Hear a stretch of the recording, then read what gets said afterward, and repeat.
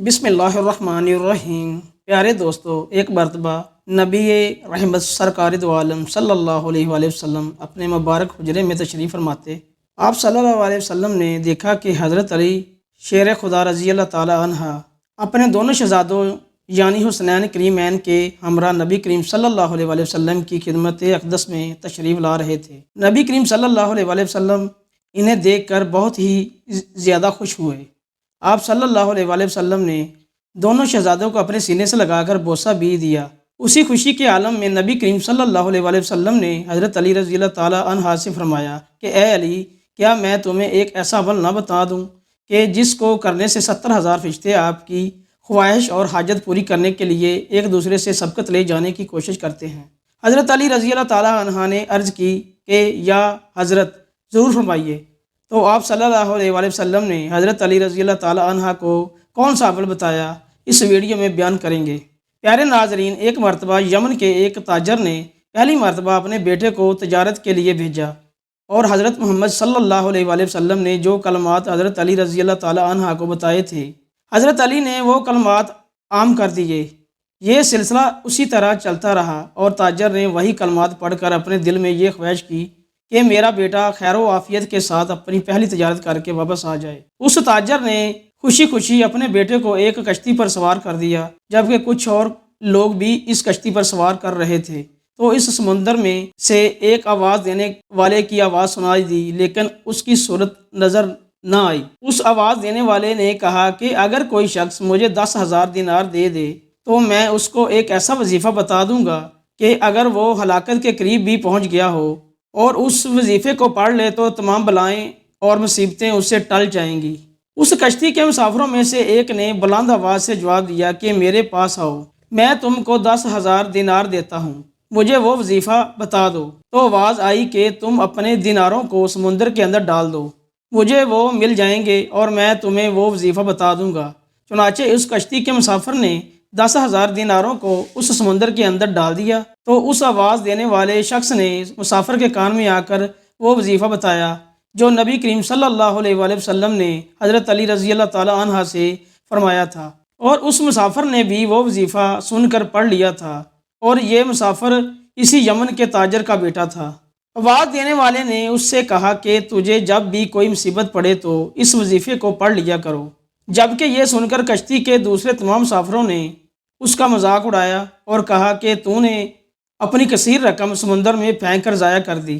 تاجر کے بیٹے نے جواب دیا کہ ہرگز ہرگز میں نے اپنی دولت کو ضائع نہیں کیا، اور مجھے اس بات پہ کوئی شبہ نہیں ہے کہ مجھے قرآن پاک کی یہ آیت ضرور نفع ہی دے گی۔ لہذا اس کے بعد چند گھنٹے وہ کشتی چلتی رہی، پھر اچانک طوفان کی موجوں سے وہ کشتی ٹوٹ کر بکھر گئی، اور سوائے اس تاجر کے بیٹے کے اس کشتی کا کوئی آدمی بھی زندہ نہیں بچا۔ وظیفہ پڑھنے والا وہ مسافر کشتی کے ایک ٹوٹے تختے پر بیٹھا ہوا سمندر کے اندر بہتا چلا جا رہا تھا، یہاں تک کہ کچھ دیر کے بعد ایک جزیرے میں جا پہنچا، اور اس جزیرے میں چند قدم چلنے کے بعد دیکھا کہ وہاں ایک شاندار محل بنا ہوا ہے، اور ہر قسم کے موتی جواہرات وہاں پڑے ہوئے ہیں۔ اس نے دیکھا کہ اس محل میں ایک بہت ہی حسین و جمیل عورت اکیلی بیٹھی ہوئی ہے، اور ہر قسم کے میوے اور کھانے کا سامان وہاں پر رکھا ہوا ہے۔ اس عورت نے اس مسافر کو دیکھا تو پوچھا کہ تم کون ہو اور یہاں کیسے پہنچ گئے؟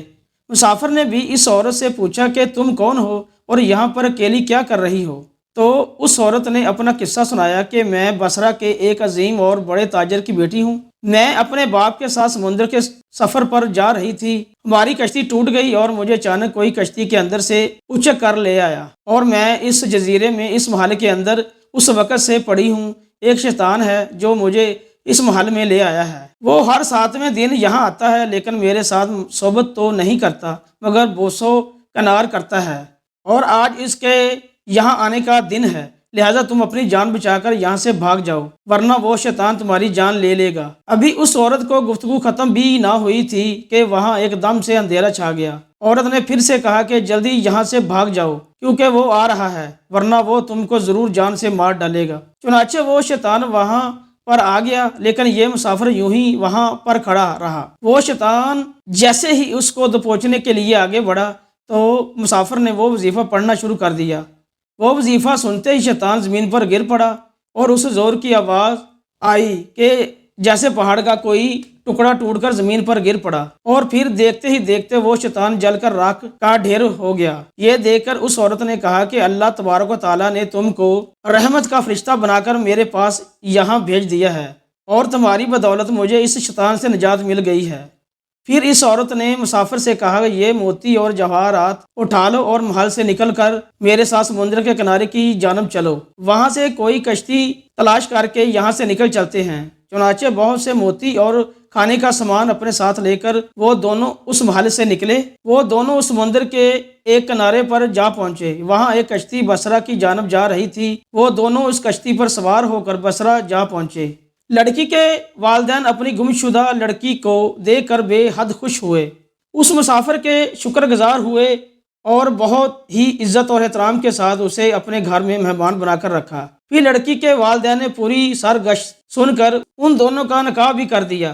وہ دونوں میاں بیوی بن کر رہنے لگے، اور تمام موتی اور جواہرات جو اس جزیرے سے لے کر آئے تھے وہ ان دونوں کی مشترکہ دولت بن گئے۔ اس عورت سے اللہ نے اس مرد کو کچھ بچے بھی عطا کر دیے۔ وہ دونوں نہایت ہی محبت اور احترام کے ساتھ اپنی زندگی بسر کرنے لگے، اور یہ سب اس وظیفے کا کمال ہی تھا جو حضرت محمد صلی اللہ علیہ وآلہ وسلم نے حضرت علی رضی اللہ تعالی عنہ کو بتایا تھا۔ حوالہ تفسیر ساوی۔ پیارے ناظرین، حضرت انس رضی اللہ تعالی عنہ سے ایک حدیث مروی ہے کہ ہم لوگ ایک جنگ میں نبی کریم صلی اللہ علیہ وآلہ وسلم کے ساتھ تھے کہ راستے میں ایک آواز سنائی دی کہ یا اللہ تو مجھے حضرت محمد صلی اللہ علیہ وآلہ وسلم کی امت میں سے کر دے۔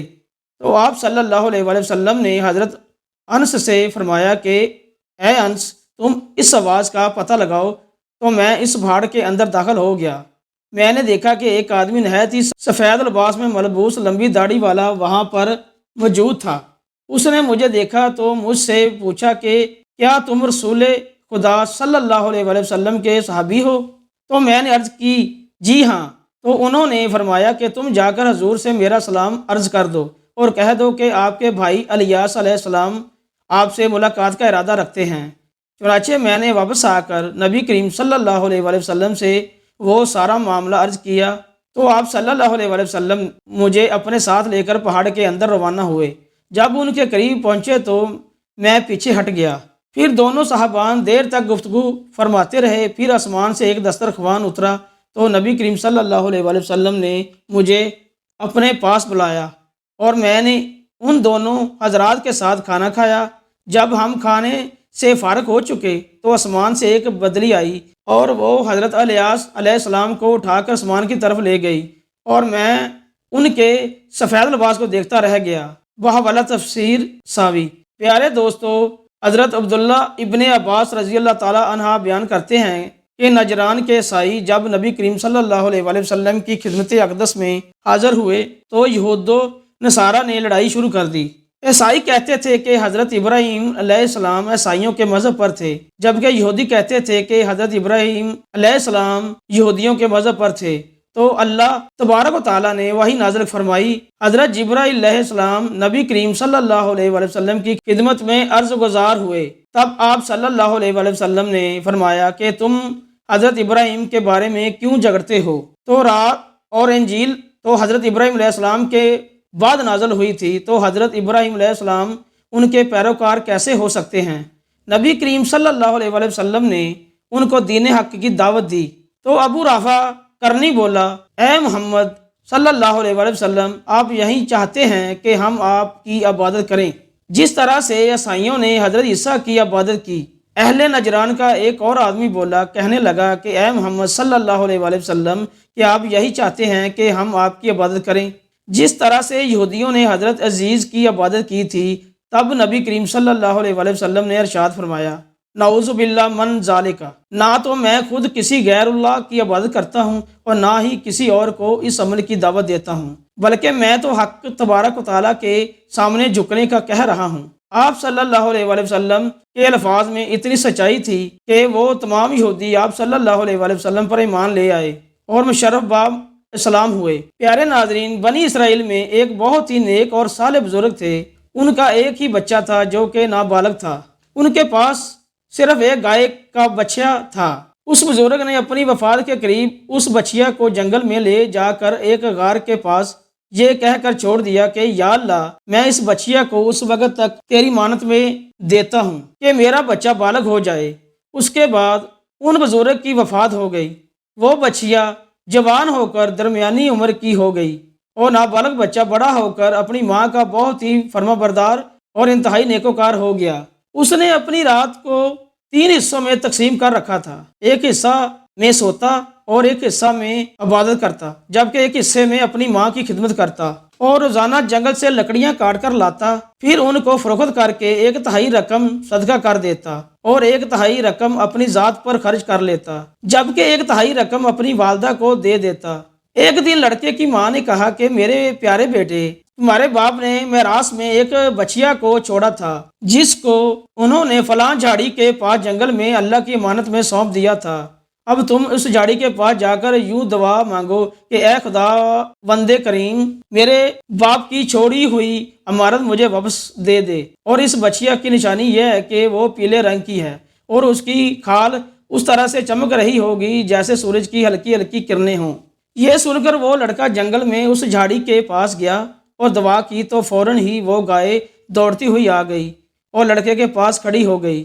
لڑکا اس کو پکڑ کر گھر لایا تو اس کی ماں نے کہا کہ میرے بیٹے، تم اس گائے کو لے جا کر بازار میں 3 درہم میں فروخت کر ڈالو، لیکن کسی گاہک کو بغیر میرے مشورے کے مت دینا۔ ان دنوں میں بازار میں گائے کی قیمت 3 دینار ہی تھی۔ بازار میں ایک گاہک آیا جو در حقیقت ایک فرشتہ تھا۔ اس نے کہا کہ میں اس گائے کی قیمت 3 دینار سے زیادہ دوں گا مگر تم اپنی ماں سے مشورہ کیے بغیر اپنی گائے میرے ہاتھ فروخت کر ڈالو۔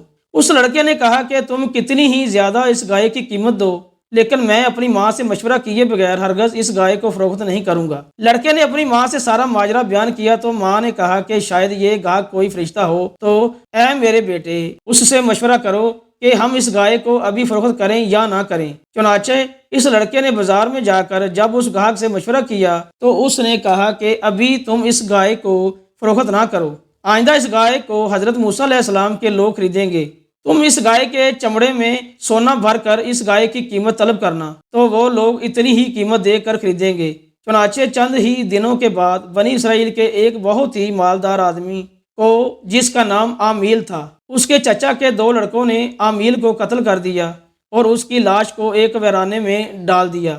صبح کو قاتل کی تلاش شروع ہوئی۔ جب ایک کوئی قاتل نہ ملا تو کچھ لوگ حضرت موسیٰ کی خدمت میں حاضر ہوئے۔ انہوں نے حضرت موسیٰ علیہ السلام سے قاتل کا پتہ پوچھا تو آپ نے فرمایا کہ تم لوگ ایک گائے کو ذبح کرو اور اس کی زبان یا دم کی ہڈی سے لاش کو مارو تو وہ زندہ ہو کر خود ہی اپنے قاتل کا نام بتا دے گا۔ یہ سن کر بنی اسرائیل کے لوگوں نے گائے کے رنگ اور اس کی عمر وغیرہ کے بارے میں بحث مباحثہ شروع کر دیا۔ پھر بالآخر جب وہ اچھی طرح سے سمجھ گئے کہ فلاں قسم کی گائے چاہیے تو ایسی گائے کی تلاش شروع کر دی۔ جب وہ لوگ ڈھونڈتے ہوئے اس لڑکے کی گائے کے پاس پہنچے تو وہ ہو بہو ویسی ہی گائے تھی جس کی ان لوگوں کو ضرورت تھی۔ چنانچہ ان لوگوں نے گائے کے چمڑے میں سونا بھر کر قیمت دے کر اس گائے کو خریدا، پھر اسے ذبح کر کے اس کی زبان سے یا دم کی ہڈی سے مقتول کو مارا تو وہ زندہ ہو گیا اور بول اٹھا کہ میرے قاتل میرے چچا کے 2 لڑکے ہیں، انہوں نے میرے مال کی لالچ میں مجھے قتل کیا ہے۔ یہ بات کہہ کر وہ پھر سے مر گیا۔ چنانچہ ان 2 قاتلوں کو قصاص میں قتل کر دیا گیا، جبکہ اس بزرگ کا بیٹا جو اپنی ماں کا بہت ہی فرمانبردار تھا وہ کثیر دولت سے مالا مال ہو گیا۔ واہ والا تفسیر ساوی۔ پیارے دوستو، ایک مرتبہ حضرت علی رضی اللہ تعالی عنہ اپنے 2 شہزادوں یعنی حسنین کریمین کے ہمراہ نبی رحمت صلی اللہ علیہ وآلہ وسلم کی خدمت اقدس میں حاضر ہوئے۔ آپ صلی اللہ علیہ وآلہ وسلم نے 2 شہزادوں کو اپنے مبارک سینے سے لگایا اور انہیں بوسہ بھی دیا۔ اسی وقت حضرت جبرائیل علیہ السلام وحی لے کر آپ صلی اللہ علیہ وآلہ وسلم کی خدمت اقدس میں حاضر ہوئے اور عرض کی کہ یا رسول اللہ صلی اللہ علیہ وآلہ وسلم، اللہ تبارک و تعالیٰ آپ کو سلام کہتا ہے اور 2 شہزادوں کو اللہ سبحانہ تعالیٰ جنت کا سردار بنا دیا ہے۔ اس وقت نبی کریم صلی اللہ علیہ وآلہ وسلم کو اس قدر خوشی ہوئی کہ آپ صلی اللہ علیہ وآلہ وسلم نے حضرت علی رضی اللہ تعالیٰ عنہ کو یہ وظیفہ پڑھنے کے لیے فرمایا کہ جب تم کسی ایسی مشکل میں ہو کہ تمہیں کوئی امکان نظر نہ آئے تو یہ کلمات پڑھ لینا، اللہ تبارک تعالیٰ آپ کے لیے 70,000 فرشتے بھیج دیں گے جو وہ کام پورا کرنے کے لیے ایک دوسرے کے آگے لپٹیں گے اور ایک دوسرے پر سبقت لے جانے کی کوشش کریں گے۔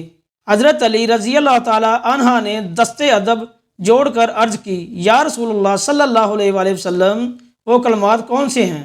تو آپ صلی اللہ علیہ وآلہ وسلم نے ارشاد فرمایا کہ وہ کلمات یہ ہیں: بسم اللہ الرحمن الرحیم، سبحان اللہ و بحمدہ، سبحان اللہ العظیم۔ ان کلمات کو پڑھنے سے اللہ سبحانہ و تعالیٰ مدد فرماتا ہے۔ باہ والا کنز ایمان، لہٰذا تمام مسلمان بھائیوں اور بہنوں سے میری گزارش ہے کہ جب بھی آپ کے بچے کہیں باہر جائیں یا کسی بھی مصیبت میں ہوں تو یہ کلمات ضرور پڑھ لینا۔ انشاءاللہ تبارک و تعالیٰ آپ کو اللہ سبحانہ و تعالیٰ کی مدد ضرور پہنچے گی، اور ان کلمات کو پڑھنے والے کی ہر حاجت اور خواہش کے لیے 70,000 فرشتے اس کے معاون ہوں گے۔ اللہ تبارک و تعالیٰ سے دعا ہے کہ نیکی کی بات کو سننے، سمجھنے اور اس پر عمل کرنے کی طاقت و توفیق برحمت فرمائے، میرا سنانا اور آپ کا سننا قبول و منظور فرمائے، آمین یا رب العالمین۔ پیارے دوستو، درخواست ہے کہ میرا آج کی اس معلوماتی ویڈیو کو لائک اور شیئر کر لیجئے۔ جزاک اللہ خیر الکثیر۔ اللہ ہم سب کا حامی و ناصر ہو۔